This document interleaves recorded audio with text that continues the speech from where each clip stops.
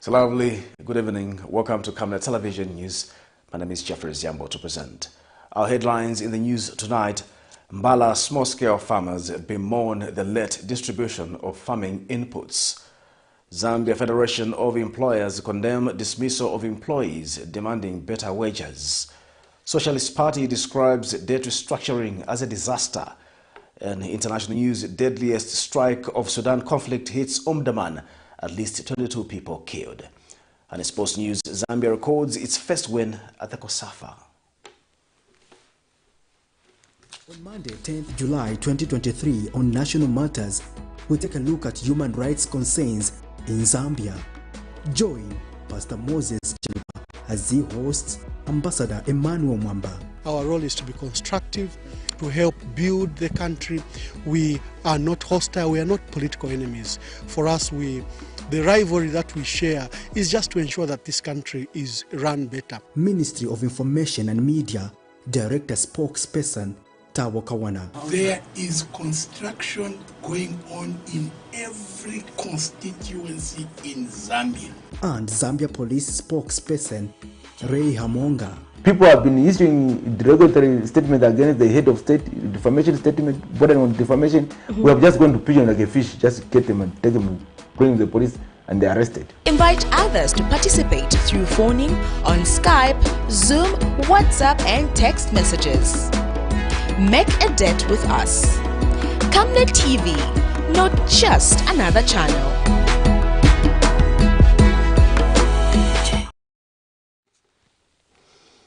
Other news in detail. Residents of Kamango area in Namalombe ward of Chilanga district have appealed to government to help them secure the over 15 hectares of land which some people are claiming ownership. One of the affected residents, Mwanei, explains that 3 men identified as Mr. Kadichini, Mr. Lisulo, and Dr. Winiski are claiming ownership of the land they have been occupying since 1989, despite them having documentation of the land in question. He says efforts to get the Ministry of Lands verify the boundaries of the land in question have not yielded any fruits. The trio alleging ownership of the land are threatening to demolish the houses of the residents if they fail to pay the amount of 50 kwacha per square meter of the land they occupy. Here's a report. Amid Zambia's natural beauty, the struggle for land is a thorn in the flesh of many citizens. This is the case of Namalombe residents of Middle West area in Chilanga district who are uncertain about how tomorrow will be. The land they've been dwelling on since 1989 is now the center of debate from 3 individuals who claim rightful ownership: Mr. Leonard Kalichini, Mr. Lisulo, and Dr. Wininski. The trio are claiming that the land is rightfully theirs, citing that all the land documents are in place dated from 1990 and 1991.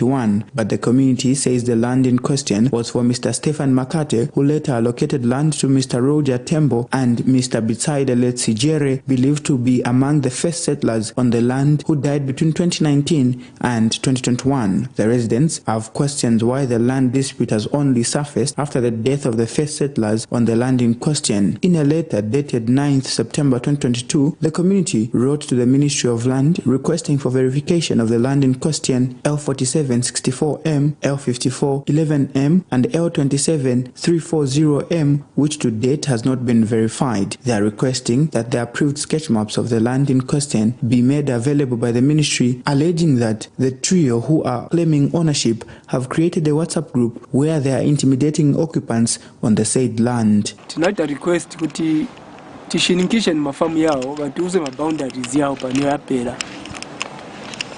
Tunaleta surveyor wamenana pimamo tapeza ti mafamu yangenana ni mafamu ya 3 yali involved, so yonse yangenana imozi yanena pimiwa inangena muri yonse ya 3 yangenana muri inango extra ili kumbuyo.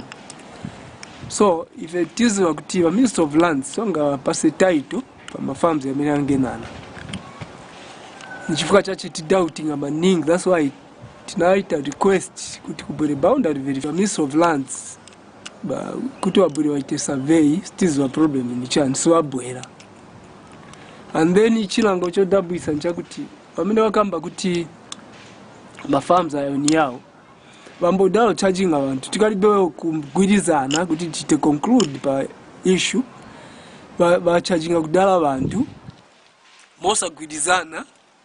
Last meeting yanteze nayo sitinagwirizana tinakangana tinashushana meeting inasira prematurely but veve wanaenda wapangana WhatsApp group kuyambo kuita victimize wantu manje kubatumira ma messages lipira 50 kwacha pe square meter. Pamenti yendela tunaisa kwenda kuchilanga kuona ba chilanga chairperson then mapepa tunangu ndio kama tulile kuti batandizire but nkani ikulu amene tufundisisa ni yakuti babwera bapimemo so that aliyense azibe kwamene alili azibe malo pamene alili so that kaikira kwa bantu kusile then ivo vikachitika ndiye kuti bantu bonse bazankhala bokondwera chifukwa chakuti mayezi apaka pamene kwasokoloka muntu kuti no ndine mwini. The community is worried that despite land offer letters being given to them by the Ministry of Land, the said trio are threatening to evict them from the land they allege is theirs. This journalist also made efforts to get the side of the alleged owners who refused to be on camera. The residents have pleaded with the Ministry of Lands to hit the ground and come to their rescue. For now, they look up to the government to resolve the issue as the Ministry of Lands has not yet given an official position on the matter. Nelson Zulu for Camnet News, Chilanga. Some farmers in Chilesha village of MBALA district in Northern Province have bemoaned the late distribution of farming inputs by the government. The farmers spoken to have complained that farming inputs come in late and that when they come, they are not enough to cater for all the cooperatives. A farmer, Newton Chilela, says he is optimistic that inputs will this year be distributed on time, considering that government has announced that fertilizer has started arriving in districts. More in this report. Small-scale farmers in Zambia remain the breadbasket of the country, yet the late distribution of inputs by the government has been negatively affecting their crop production. These are some of the small-scale farmers in Chilesha village of MBALA district in Northern Province whose crops did not do well due to the late distribution of inputs by the government and are now being forced to do piecework for a commercial farmer in the area to make some money to feed their children. Our complaint is on fertilizer. Why is it that government only sends out fertilizer when the rain is about to end? We are getting 4 packs against 28 people. So how are we going to share? We just end up dying in our poverty. That's what I have. Let the president come in and support us.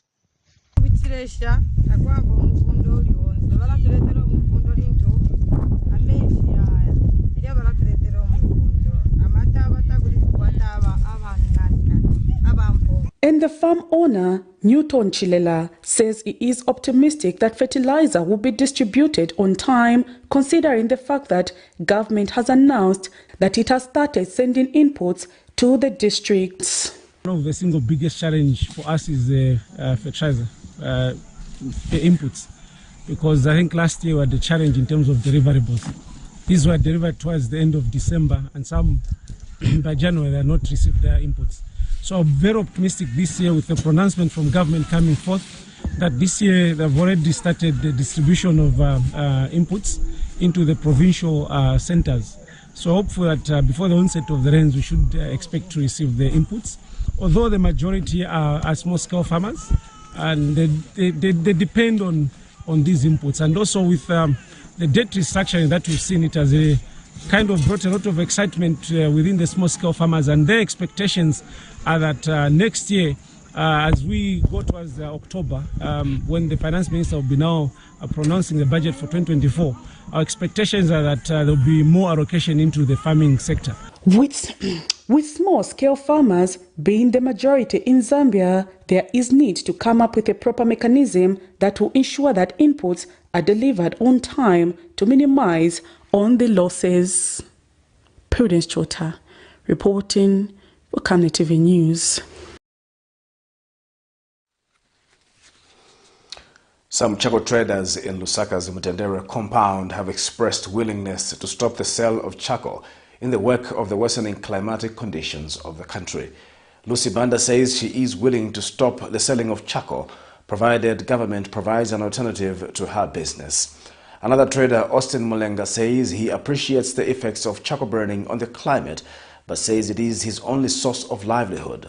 Meanwhile, Keepers Foundation Zambia Executive Director Ezra Banda says with a recently announced debt restructuring deal for Zambia, there is need for the country to reposition its climate change efforts. More in this report. Charcoal, once a symbol of warmth and sustenance, has become a double-edged sword, forever uttering the delicate dance between the heavens and the earth. Zambia loses between 180,000 and 250,000 hectares each year, with 25% of deforestation and forest degradation being attributed to charcoal production. This status has significantly contributed to greenhouse gas emissions that drive global climate change. But charcoal traders in Lusaka's Mtendere compound have called on government to provide incentives that will see them turn to business ventures that are climate friendly. Lucy Zimba acknowledges the effects of charcoal on the country's climate, but says selling charcoal is the only source of her livelihood.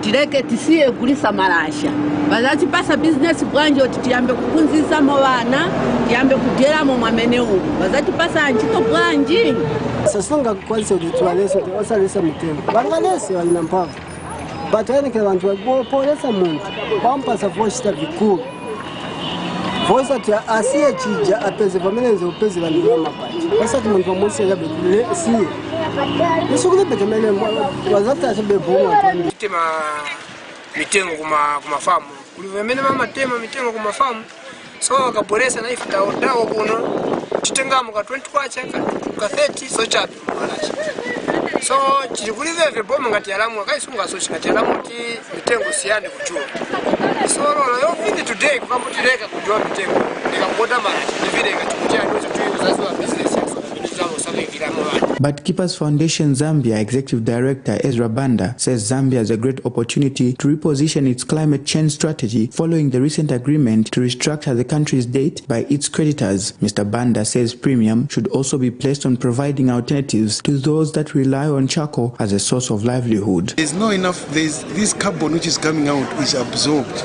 But how do we do that? Because currently people are cutting trees, currently people are involved in their sustainable economic activity. So to us, this is an opportunity. Okay? This is an opportunity where now we have this debt restructuring, which has given us room. You know, people have to understand there is room here because we are going to pay, of course, we are going to pay for over 20 years. But we won't pay the installments which we could have paid if it was 10 years. So it means that the government has now a chance to generate enough incomes and save it and redirect it to climate financing. Nelson Zulu for Camnet News, Lusaka. The Zambia Federation of Employers has charged that no employer should fire a worker for simply issuing a grievance at a place of work. Federation Executive Director Harrington Chiwanda says there should always be a way of resolving industrial disputes apart from dismissing employees. Mr. Chiwanda says most industrial disputes at places of work have been as a result of management's failure to communicate the right information to their workers on how much money the company makes. He says it is regrettable that some organizations have gone ahead to fire employees who have a grievance and have since appealed to all their members to ensure they adhere to labor laws in resolving industrial disputes. Our Industrial and Labor Relations Act has spelled out a process to follow to resolve a collective grievance, where workers, like the case we are just giving, have come out and expressed a grievance to management. So the solution is not to fire them, but to address that problem. It may not necessarily be giving them the amount of money they are asking for, because we also have to look at the ability of the company to pay. So at times, if management does not share information with the workers may think that the company is making a lot of money, when it's not the case. So this is why we promote exchange of information between management and the workers. But we can regret, as Zambia Federation of Employers, if there have been such cases where employees have actually engaged the management to push for increments in salaries, and then the management decides to fire them and bring another category of workers. It should not be like that. That is an industrial dispute, and there is a mechanism of resolving an industrial dispute. And there's nowhere in the law where it says that such employees must be dismissed. That is really regrettable. And I want to use this opportunity to appeal to the members of ZFE, they are all employers in this country, that where there are disputes of salaries, workers are demanding for salary increments, there should always be a peaceful way of sitting down to resolve that request. The Federation of Small-Scale Miners Association of Zambia has attributed the continuous illegal mining of minerals in Zambia to complications attached to policies surrounding the mining sector. Federation President Pastor Joseph Mwansa says some of the policies attached to one getting a mining license are so complicated and need to be simplified for ordinary Zambians to understand. Meanwhile, Community Action Against Corruption CASC Chief Executive Officer Brighton Tembo says he is delighted that all those who were involved in looting and plundering of Sujilite in Luapula province have been arrested by the Zambia Police Service. Here's a report. The continuous illegal mining activities in Zambia has caused the country to lose huge sums of revenue through uncollected taxes from those who are illegally mining the minerals meant to benefit the Zambian economy. The recent arrest of government officials, police officers and cadres engaged in the illegal mining of Sujilite in Luapula province has exposed the many illegalities that have gone unnoticed for many years. The Federation of Small-Scale Miners Association of Zambia has, however, attributed the continuous illegal mining activities to complications attached to policies surrounding the mining sector, further calling on the policies to be revised in order to allow for ordinary citizens to access mining licenses. To tackle the issue of illegal mining in Sujilite, they have to really look critically in the policy. The policy should be adjusted in order to collect certain things maybe which we are not done right, which is encouraging illegal mining in our country.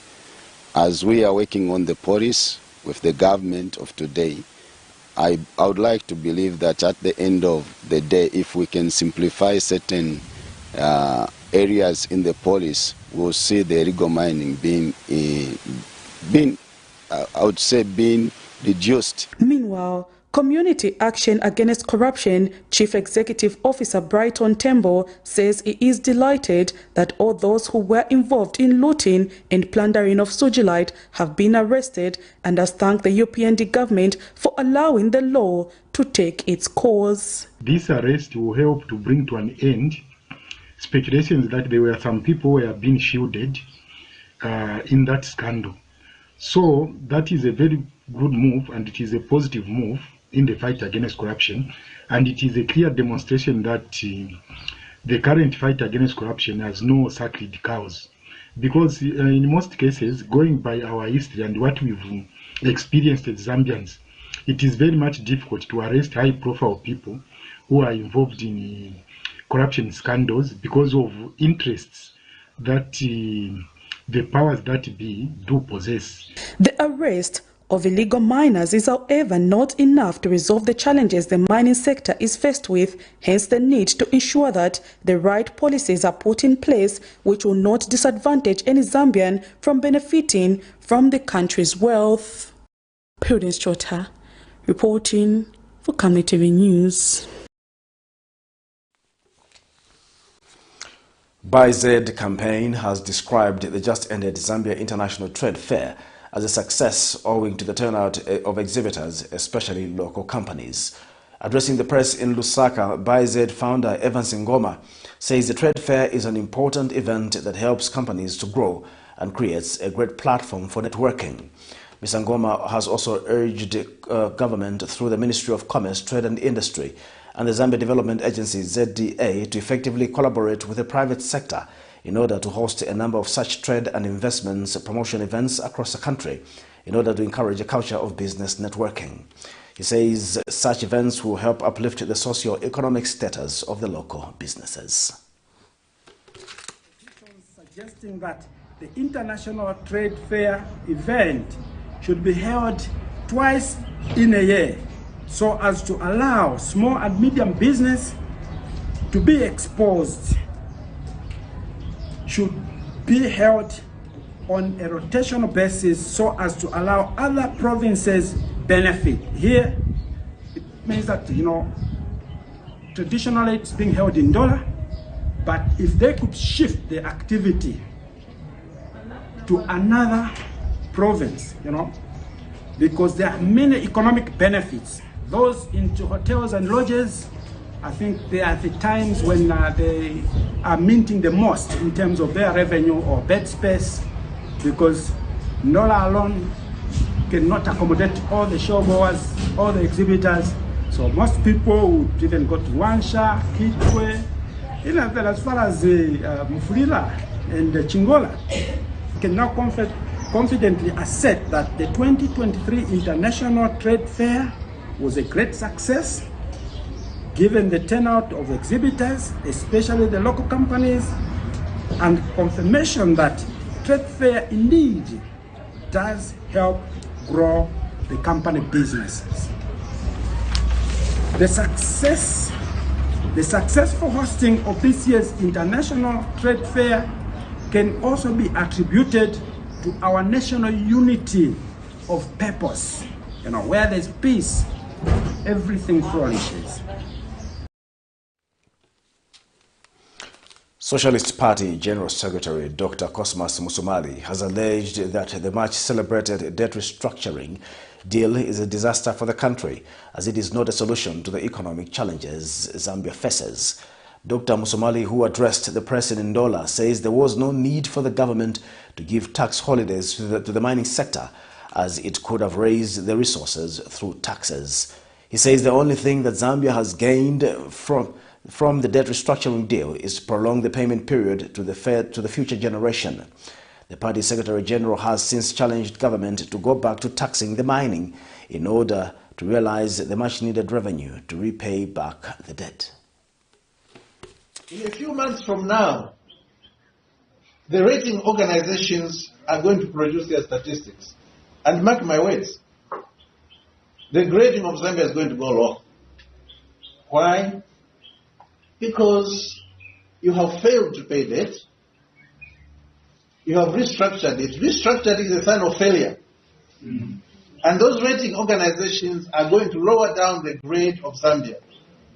When your grade is lowered down, it means any future lending is going to be expensive because it includes a risk premium on top of it. Since they're talking about economics, in economics there's something called a zero-sum game. Zero-sum game. When you do the arithmetic thinking you are benefiting, but at the end of the day, actually you have lost out. You have not moved. And that's what we have done here with this government. They are already postponing problems for future generations. And the generation contract in our lives is that leave this world better than you found it. Don't leave burden for the future generation. The debt restructuring is a disaster. President Hakainde Hichilema says and has urged graduating students at Valley View University in Ghana to regard hardships as an opportunity for greater opportunities. President Hichilema says the hardships he went through was an opening for him to restore the rule of law, as he understood well the injustice that was prevailing while in prison. The head of state told the 1,324 graduates that such an experience was God's way of allowing him to attain the highest office, and further encouraged the students to see suffering as an opportunity for better opportunities. He says leadership is a huge burden, but with a positive attitude, anyone can manage, stating that one's background does not limit success. I know the Chief of Staff gave quite some good stuff about this fellow talking. But this fellow also, to get the presidency, went to jail 15 times. 15 times. The last time I went to jail, I was on the death row. I was on treason. I was accused of treason. Never committed treason. No, don't worry about it. I'm not a criminal. It was a way of keeping me away from public office. But I used to tell guys in prison looking very depressed, I said, did you commit a crime? He says, no. So why are you depressed? Don't worry, relax. People will come and see me, visit me in prison, and they look at me wearing all those things. They start crying. Why are you crying? There's nothing to cry about. He knows. Little did I know that that was God's desire to walk me through the dark side. So when we form government, we can restore the rule of law.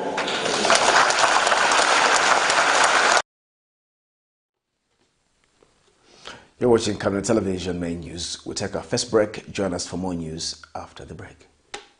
From time immemorial, we have had different types of lighting options, from those that can burn down our investments in minutes to those that dig holes in our pockets due to constant replacement and huge consumption of our ZESCO units. Savenda Electric introduces the new and advanced electric bulb with cutting-edge technology of LED that has low power consumption, gives out bright white light, and lasts up to 25,000 hours. Savenda Electric manufactures all types of LED light, like plastic LED fluorescent tubes, down lights, ceiling lights, outdoor fittings, and solar street lights made to customer specifications. Let's live on the bright side of life by choosing the wide range of Savenda electric lighting solutions that are available in all leading stores and supermarkets countrywide. For orders, call 0962-642-490 or email jnbunda@savenda.com or pchabula@savenda.com.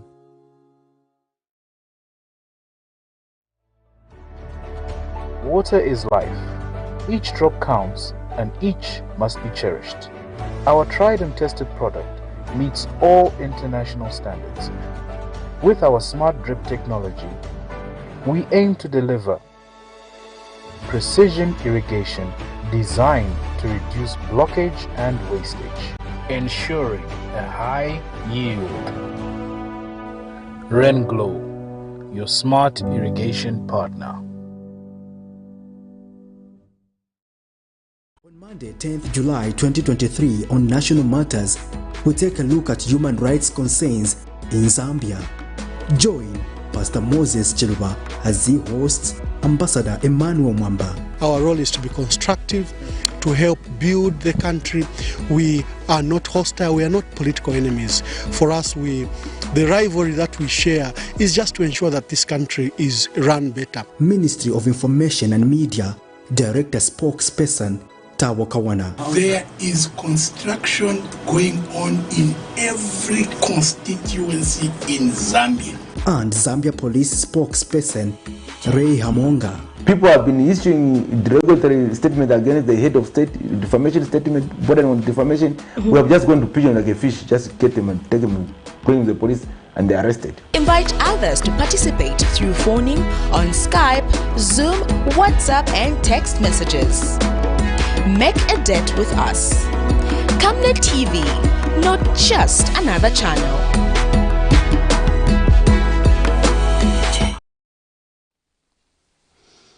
Welcome back. We'll continue with the news. Residents of Chiwombo district in the 10 miles area have called on the Zambia National Service contractor to expedite the construction of the 100 meters lay-by the junction of Great North Road and Mungule Road. The residents explained to Camden News that while the contractor is finalizing on the road construction, there is need to ensure that speed humps are installed on the junction. But Area Member of Parliament Mwaweshike Nkulukusa says the delay is as a result of untimely disbursement of the funds. Mr. Nkulukusa is optimistic that all things being equal, the work will be complete soon. Here's a report.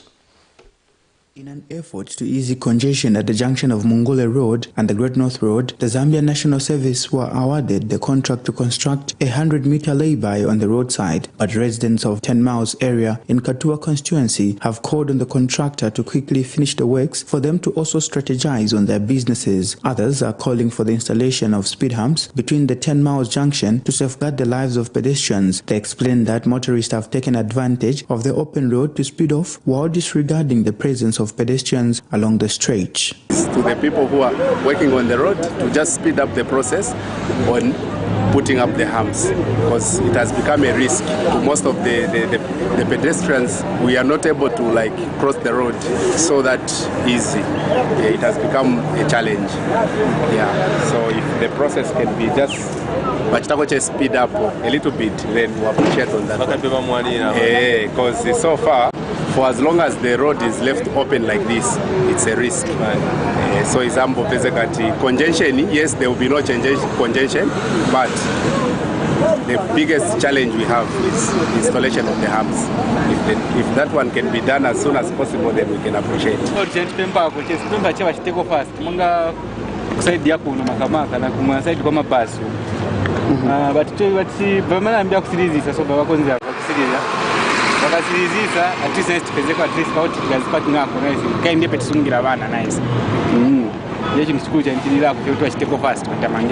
But area member of parliament, Mwabashike Nkulukusa, says the delay in finalizing the construction of the stretch is a result of the untimely disbursement of the funds to the contractor. Mr. Nkulukusa is optimistic that all things being equal, the contractor will finalize the construction works on the road in due course. It's great to know that the ZNS people have come back on site at 10 miles. That place is an eyesore when it comes to traffic congestion, more especially on specific days like Fridays and Saturdays, or maybe over the weekend or holidays. And so the idea was to reduce a bit of congestion there, and I think that is why RDA brought in the contractor ZNS to put up a mini dual carriageway there, just at that portion, about 400 meters, so that it can help decongest the area.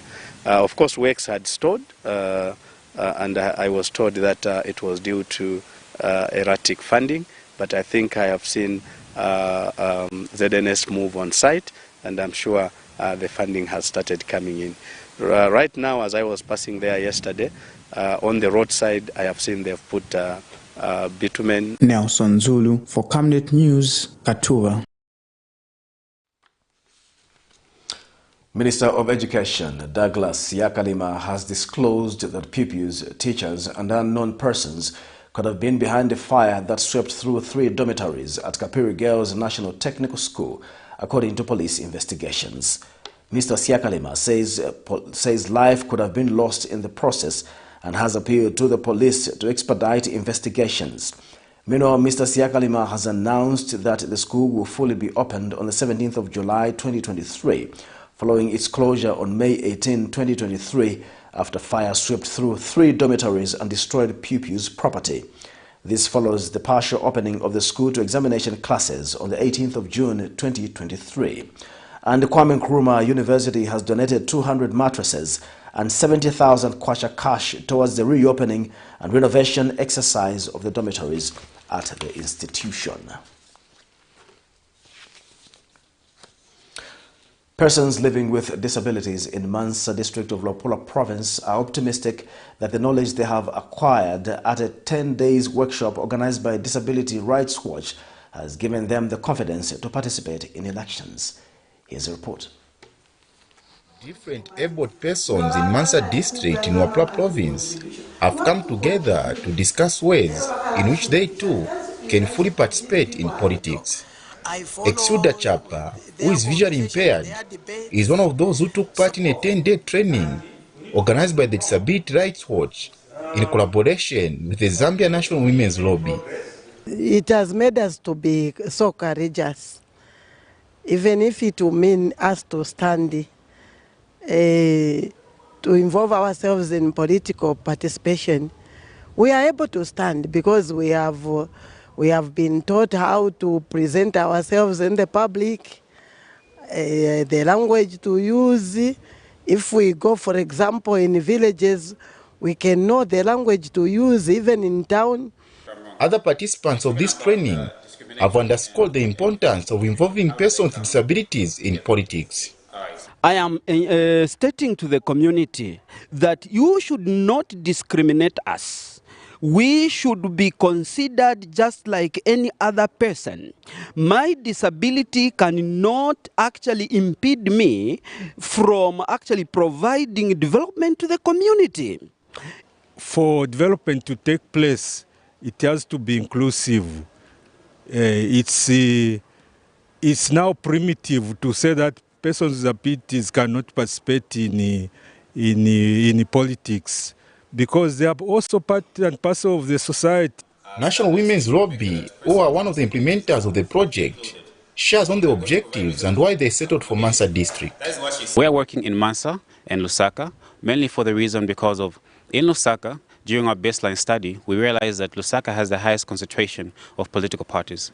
And Mansa was identified having that during our baseline study, we realized that Mansa has the highest prevalence of persons with disabilities.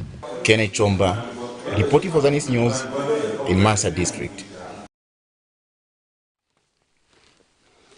This is Camnet Television Main News. We'll take a second and final break. We'll be back with international sports news. Water is life. Each drop counts and each must be cherished. Our tried and tested product meets all international standards. With our smart drip technology, we aim to deliver precision irrigation designed to reduce blockage and wastage, ensuring a high yield. RainGlow, your smart irrigation partner. Every Monday to Thursday afternoon, join us for the Lunchtime Cafe. We get to bring to you emerging stories making the headlines, media news, and we remind you of what political leaders and governance actors said back in the days. In Forgotten Stories, we emphasize to you the importance of eating healthy foods and leading healthy lifestyles on the Nutrition Corner. Get the latest updates in sports and critical interviews. Because we value your contribution to national matters, we accord you an opportunity to share your perspectives during the viewers' reactions. The Camnet TV Lunchtime Cafe is an all-inclusive buffet. Camnet TV, not just another channel. On Monday, 10th July 2023 on National Matters, we take a look at human rights concerns in Zambia. Join Pastor Moses Chiluba as he hosts Ambassador Emmanuel Mwamba. Our role is to be constructive, to help build the country. We are not hostile, we are not political enemies. For us, the rivalry that we share is just to ensure that this country is run better. Ministry of Information and Media, Director Spokesperson Tawo Kawana. There is construction going on in every constituency in Zambia. And Zambia Police Spokesperson Ray Hamonga. People have been issuing derogatory statements against the head of state, defamation statement, bordering on defamation. We have just gone to pigeon like a fish, just get them and take them and bring the police and they're arrested. Invite others to participate through phoning on Skype, Zoom, WhatsApp and text messages. Make a dent with us. Camnet TV, not just another channel.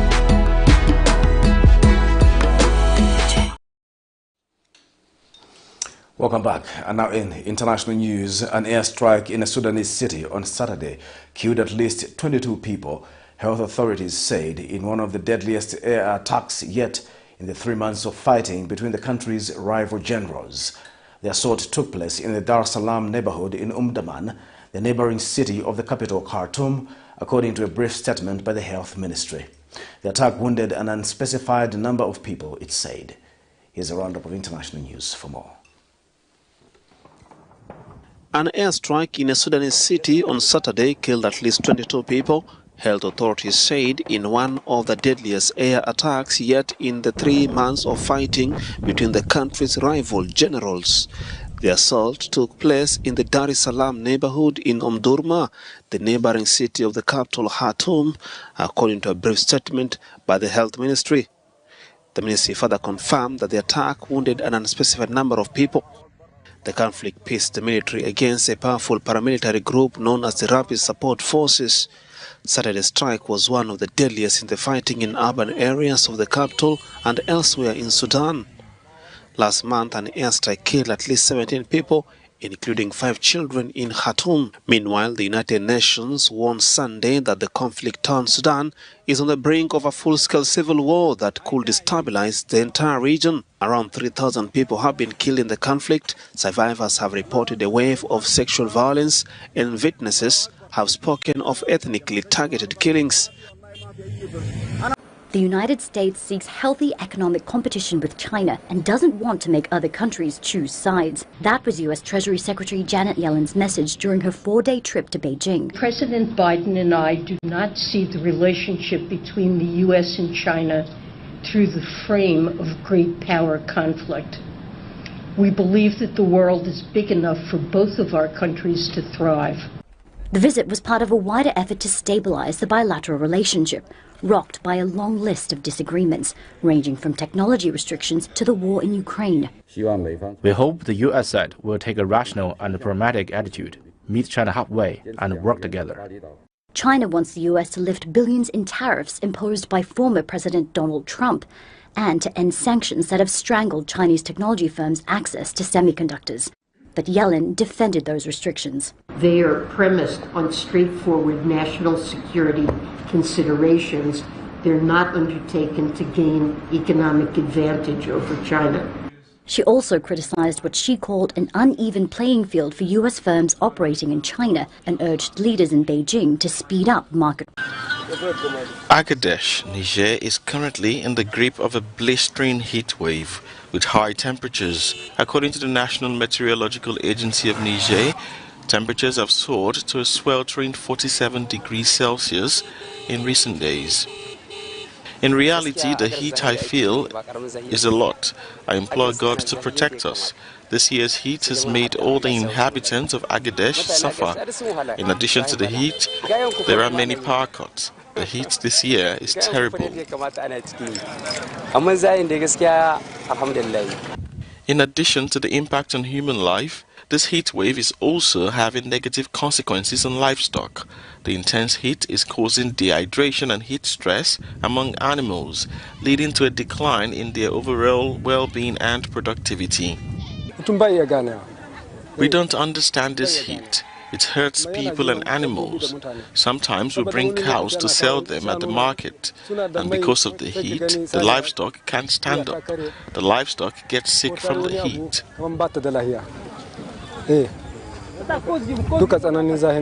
The extreme heat wave is generally taking a serious toll on the local population. The elderly and children are particularly susceptible to these severe conditions. In the Agadez area, which is a desert zone, the temperature rise is exceptional, often reaching 45 degrees Celsius.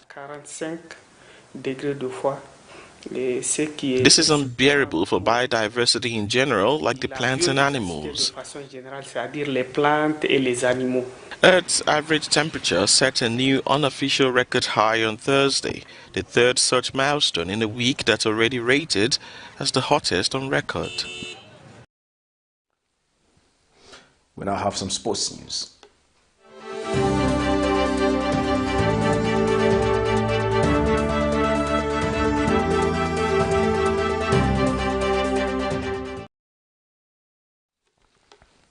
In our sports news tonight, Zambia has beaten Comoros 2-1 in the ongoing 2023 COSAFA Cup in South Africa after losing the first game against Malawi.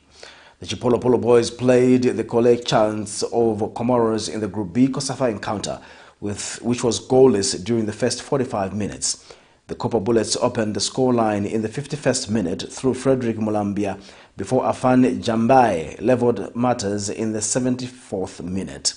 Thanks to Albert Kangwanda's 74th minute strike that sealed the win for alongside Malawi, Seychelles and the Comoros.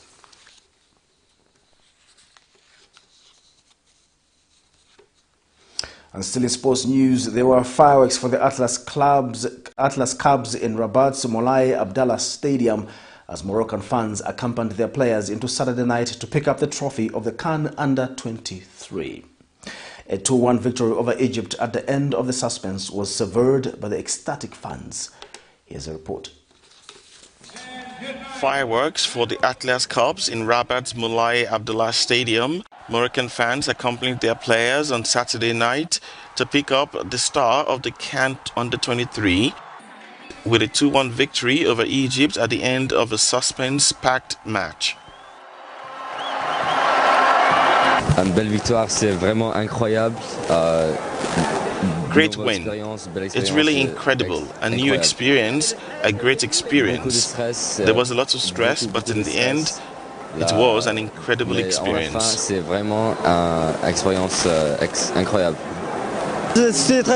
I am very happy for Morocco.